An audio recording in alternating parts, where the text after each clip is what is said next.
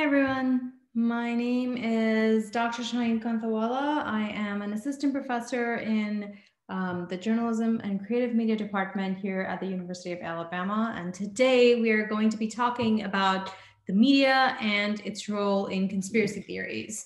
I hope you're all interested in this topic. It's very, I guess, timely. We keep hearing about conspiracy theories all over the place. Especially with so many kind of quote unquote unprecedented things happening in our life right now. So we'll kind of go over what exactly conspiracy theory is and where the ideas came from and why they're sort of so popular and what the role of the media is in making them what they are today. We are doing this as a recording, so I will sort of maybe ask you all to think about certain things as we go along the way. If you find it useful, you can pause and sort of break it down and think those things through, because we would have been doing if we were in an interactive or live session. But also at some point I'll tell you to like pause and think some things through. I hope that's actually useful. But again, at the end of the day, if you do have more questions or want to talk about this or anything else, please feel free to email me. My email is on the slide on the first page, as well as at the end. Just to reiterate, my name is Dr. Shaheen Kanthawala, and my email is skanthawala@ua.edu. Just a little bit about me. Like I said, I'm an assistant professor, and I focus in the space of media effects. And so I figured this would be a topic that a lot of you would be interested in learning more about. So let's get on with it. So I wanted to start off by basically talking about what exactly a conspiracy theory even is, right? So conspiracy theories are basically attempts to explain ultimate causes of significant social and political events and circumstances with claims of secret plots of two or more powerful actors, right? So two more powerful people, or something that basically has a significant effect on politics, on society in general. And there isn't really a cut and dry explanation for it. And people just kind of make their own, add their own understanding to that situation. Besides this overarching term of conspiracy theory, some other terms that you might have heard or are familiar with are conspiracy beliefs, or conspiratorial thinking, or conspiracy mindset. And so conspiracy belief is kind of a belief that a person holds about a conspiracy theory, and it might be really strong. It might have come from a different place, like a friend believes it, and then now they've kind of gotten pulled into that thought process as well. And beliefs are something that are really hard to kind of change people's minds about. Because it's not based in fact. Often it's just like an internal thing that they hold on to. It's a belief, right? And then conspiracy thinking or conspiracy mindset refers to, or largely stems from, the idea that people who already believe in a particular kind of conspiracy theory are much more likely to believe in others or related ones. This second one is extremely relevant and very timely right now, especially because when we talk about conspiracy theories, we see, especially as in the context of the buzzword conspiracy theory, you'll see so many of the ones that we talk about now sort of are like interwoven with each other. And I'm not getting into specific examples right now because it's coming up eventually. But I just kind of wanted to touch upon it, right? Like you'll keep hearing people who believe in one kind of conspiracy theory, they probably believe in like another 5 as well. And that's what happens. So conspiracy theories may be like a hot button issue and topic that everyone is talking about right now, but they aren't anything new. If you think back on some of the things that you might have heard in the past, you will see that a lot of these things are conspiracy theories, right? So the Loch Ness Monster, it's kind of this harmless, like tale that, okay, this monster exists at Loch Ness, and that's a conspiracy theory. There's no actual confirmation for it. The flat earth theory is a really, really popular one where people believe that the earth is not actually a globe. It's in fact flat. And if you go to the edge, you're probably going to fall off of it. Princess Diana's death was deeply shrouded, deeply shrouded in conspiracy theories. Many people believe that she was killed off by a lot of different people, ranging from the government to the royal family to everyone in between. Sasquatch is a popular one where, again, there's no confirmation of the existence of Sasquatch, but a lot of people claim that Sasquatch exists. 9/11 is a cover-up or is an inside job is another popular one. Many people believe that to be true, despite the fact that there is resounding evidence to the contrary. The moon landing one is another one that just seems like it's been popular for decades at this point, where people believe that the moon landing didn't actually happen and it was filmed and made to look like the US actually went to the moon. And people have all sorts of like quote unquote proofs to show it, like the flag is moving and there's no air and all sorts of things. And then Roswell and Area 51, which all talk about aliens landing on Earth, and then people in the government like hiding those facts from the public, but actually there are aliens over there. And Area 51 was particularly popular earlier last year when people were talking about going there. So I'm sure you've come across at least some, if not all of these. And I'm sure that you can think of other conspiracy theories which are not kind of at this level of popularity, but you've heard them in your local life or among friends and stuff. And so that might be something that you can kind of think about right now. So moving on from there, why are these theories popular? Why do they actually survive? If we're saying that there's something as ridiculous as a flat earth theory, if you like, this is easily disproven, you just have to look at the earth from a high enough vantage point and you can see that it is in fact a globe.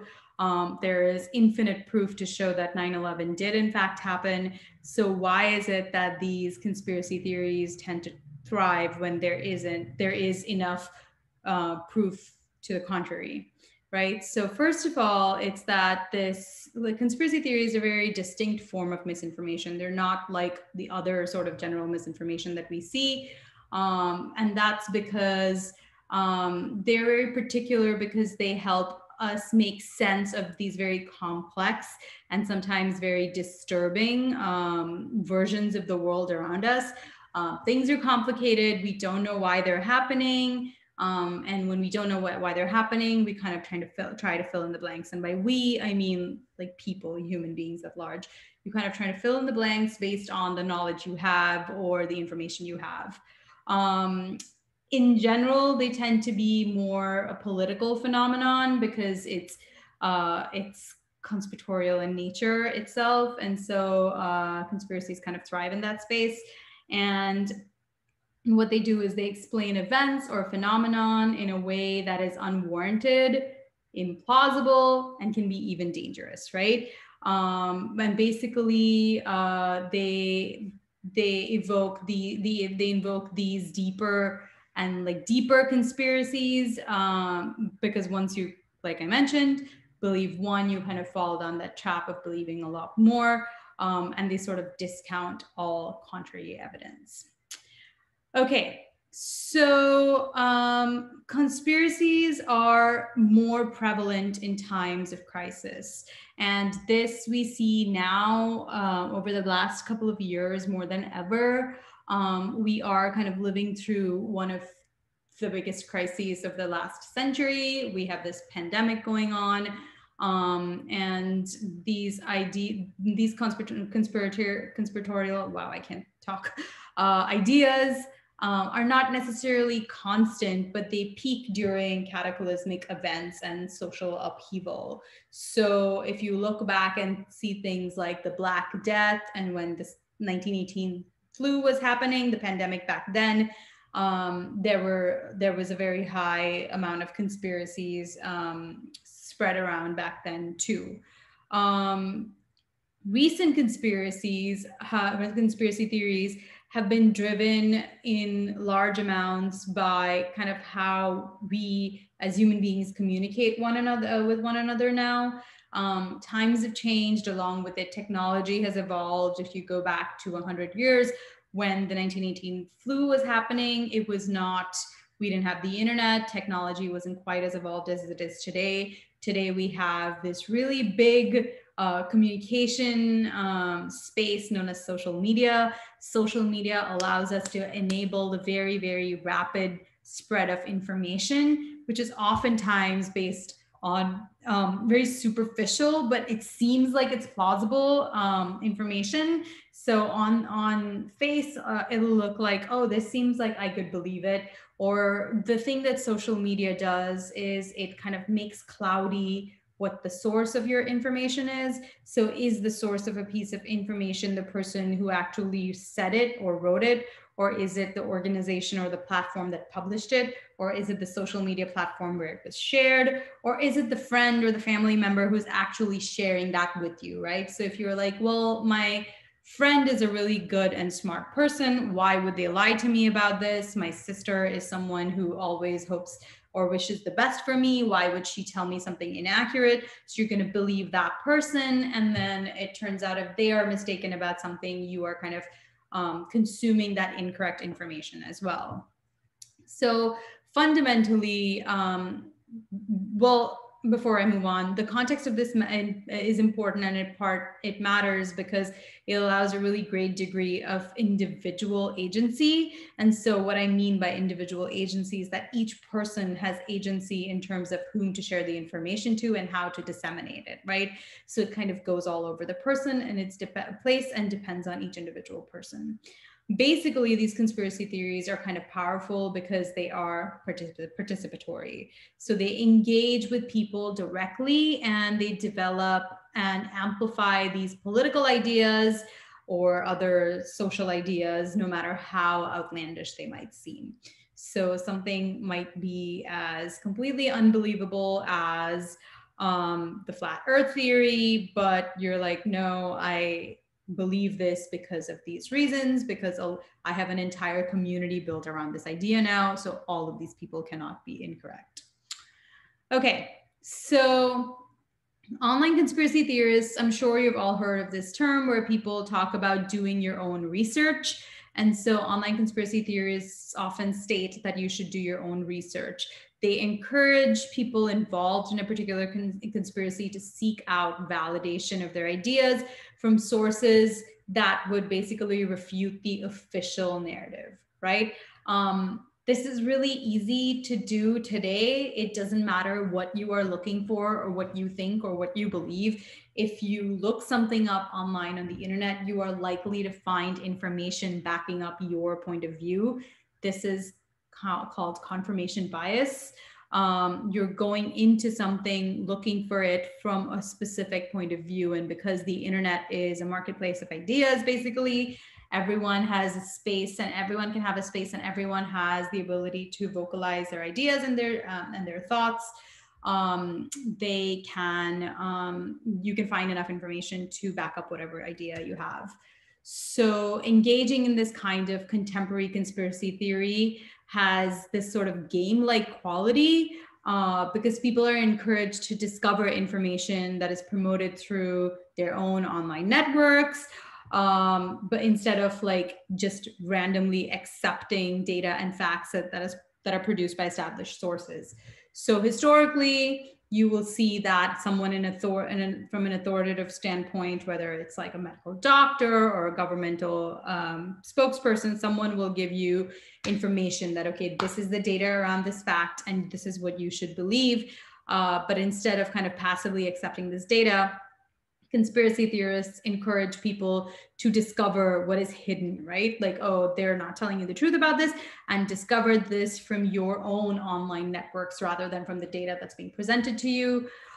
Basically, research in this space tells us that any evidence that's presented to the contrary. So if I tell you, oh, hey, I actually found evidence to prove that the earth is not flat, it doesn't matter how compelling even it is, it's unlikely to be accepted by any of these people because it's sort of become a belief, and it might be taken as evidence, in fact, in favor of the conspiracy theory, because it's sort of a backlash effect.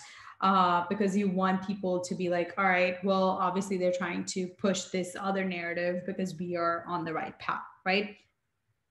Most importantly, all of these beliefs, what they basically fundamentally mean to happen is adopting this sort of distrustful orientation toward scientific evidence and public institutions. So if once people start losing their trust in medical professionals for health issues, right? For COVID right now, for instance, or your public institutions, whether they're governmental institutions or other kind of institutions, if you start losing faith and trust in them, then you're kind of falling down that conspiracy theory route. Okay, so this is an example of some of the more new and recent conspiracy theories. We talked a lot about the more traditional ones, the ones that have existed for a while, but these are the ones that we've kind of seen over the past year or a year and a half at this point.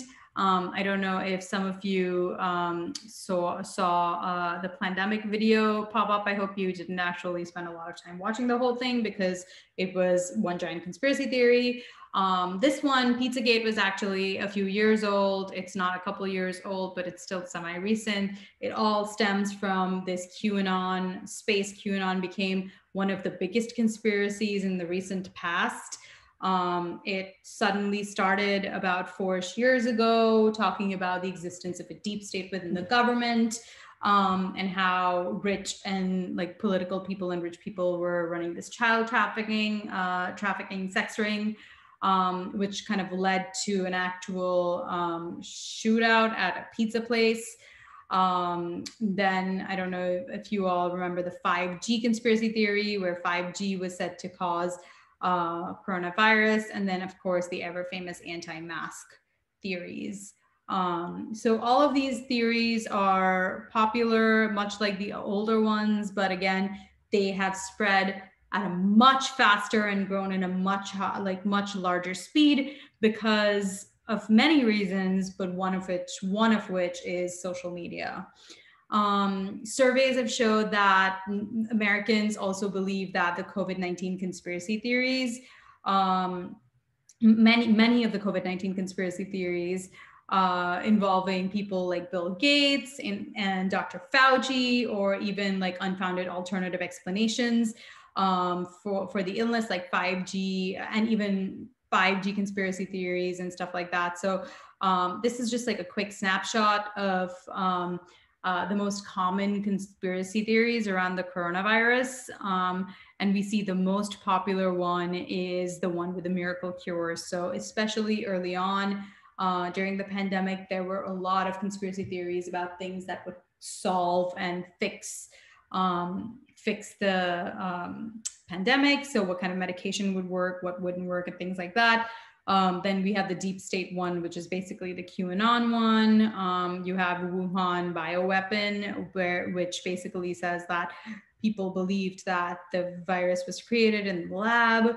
The Bill Gates conspiracy theory, 5G causing it. So all of these different, like, really popular ones over the last year. And if you can see over here, this is basically based from January to May of 2020. And so I wonder how much change these numbers, what change these numbers would look like more recently versus what additional conspiracy theories would be added to that mix.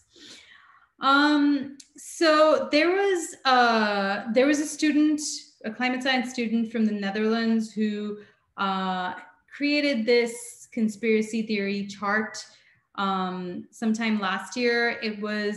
It's not based in any research or anything, but it was very clean and very nicely kind of created, and it explains the breakdown of the conspiracies very well. So I kind of wanted to go over it. and then maybe have you all take a minute and kind of think about conspiracy theories that you might have heard of in your life. So the bottom of this inverted pyramid are things that actually happened and they're grounded in reality. So the two ends are the grounded in reality and detached from reality. And so you have things like the MK Ultra and the Tuskegee experiments. All of this sounds like it could be conspiracy, but it actually did happen. So that's where it falls. That then after that, you had hit this, what she called the speculation line. And so you get to the point where you have a lot of questions, right? So if you are familiar with the Free Britney movement or the JFK assassinations or Roswell and Epstein killing himself, if you have questions about all of these things, you kind of fall under this bucket.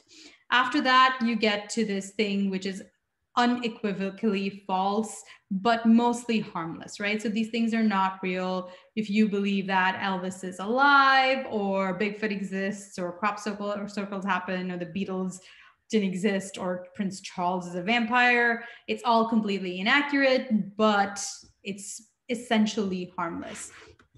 I'm sorry, I moved my laptop and now my face was hidden for half the conversation. And then you kind of move on from there to this point of science denial, right? This is dangerous to you as well as to those around you. You have anti-vaxxers falling under this, people who believe that global warming is a hoax, the chemtrails, the people who believe that COVID was made in a lab or caused by 5G. If you saw on the news, there were actual attacks in the UK on like people who worked in the mobile industry and like would put up wires and stuff for 5G connections. They were attacked. It was getting really dangerous. And then finally, you hit this last topmost bucket, which is the point of no return. And so you have basically things like QAnon, the deep state, Pizzagate, flat earth, Sandy Hook. So saying that Sandy Hook is fake and like faked and they are all crisis actors. So kind of when you get to this point, you're doing new sort of world building basically, and you think everything is a conspiracy. And this gives us a chance to kind of see how people might progress from one to another, and how these ideas might connect to one another. So if we were together, I would tell us all to take a break and kind of discuss with each other some conspiracy theories that are either not on this chart that you've heard of, or any like experiences that you have in your life with people that you know, or stories that you've heard of, and kind of where you would classify those conspiracy theories according to this chart. So I would say take a couple of minutes, pause this video, and then kind of come back to it, and then we'll wrap it up. So I'm going to continue, but you can take a pause for a few minutes. All right. So moving on from there, we've kind of talked about why this is dangerous. I mean, we've talked about the fact that it is dangerous, but why is it dangerous, right? So basically, we have to acknowledge the fact that today it's more easier than ever to rapidly and quickly consume these conspiracy theories and just as fast kind of share them. So we saw how Pizzagate happened, and that kind of stuff, that kind of belief can lead to real life ramifications.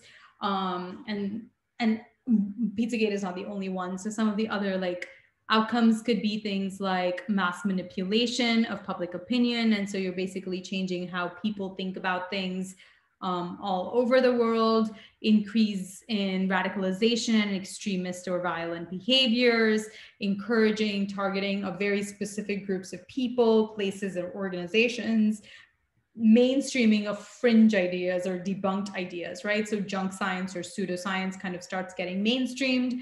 And then you contribute to the polarization of society, basically, because this causes this divide where people are telling you things are true versus other people are saying they're not true. And then finally, the ultimate goal, which is to undermine the confidence in public leaders and institutions, right? So this is a whole lot of problems. Are there any real actual solutions to this? It's not easy. Let me just start by saying that. But some of the things that can be done. First of all, in the media, there's a need to kind of create this kind of constructive media environment. And the need to do that is so that the public can get quote unquote inoculated, right? So they should produce more messages that advocate for more common interests. Public agencies, scholars, and social media companies should explore things like misinformation inoculation strategies. There was research done by some people who proposed kind of like how creating this sort of fake news media game, which inoculated people to actual fake news when they were exposed to it, right? So much like you inoculate people with a vaccine to prevent virus. And then you help make the public more sophisticated in actually processing these messages. So like when you are exposed to these messages, basically that small dose of the conspiracy narrative that you have been exposed to will warn you about the motives behind these conspiracy theories. Okay, that might be one of them. Another possible solution is to improve the basic public awareness around whatever the topic is.